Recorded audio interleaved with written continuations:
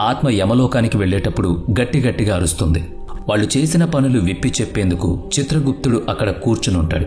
తనతో ఎందుకిలా ప్రవర్తిస్తున్నారు, నన్ను వదిలేయండి, తనని ఇంటికి పంపించమని వేడుకుంటాడు. తన పట్ల ఎందుకిలా వ్యవహరిస్తున్నారో తెలియక ఆ ఆత్మ గట్టిగట్టిగా రోదిస్తుంది. యమదూతలు కొరడాతో గట్టిగా కొడుతూ నీ పనైపోయింది, నీకంటూ ఇక ఏ ఇల్లు లేదని అరుస్తూ చెప్తారు.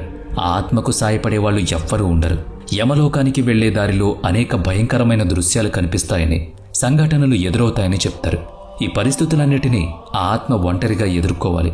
ఇందులో అన్నిటికన్నా కష్టమైన దారి వైతరణి నదిని దాటడమే. వైతరణి నది అతి ప్రాచీనమైన గరుడ పురాణంలో పేర్కొనబడి ఉంది. పాపాలు చేసిన వాళ్లు చనిపోయిన పిమ్మట ఈ నదిని దాటే వెళ్ళాలి. గరుడ పురాణం ప్రకారం ఈ నది యమలోకానికి దక్షిణాన ఉన్న ద్వారానికి వెలుపల ప్రవహిస్తుంది. కేవలం పాపులు మాత్రమే చనిపోయిన పిమ్మట ఈ ద్వారం గుండా లోపలికి వస్తారని ఇందులో పేర్కొనబడింది. ఈ నది అతి భయంకరమైనది. దీంట్లో నుంచి వెళ్లే సమయంలో వచ్చే బాధకు పాపాలన్నీ గుర్తుకొస్తాయని చెప్తారు.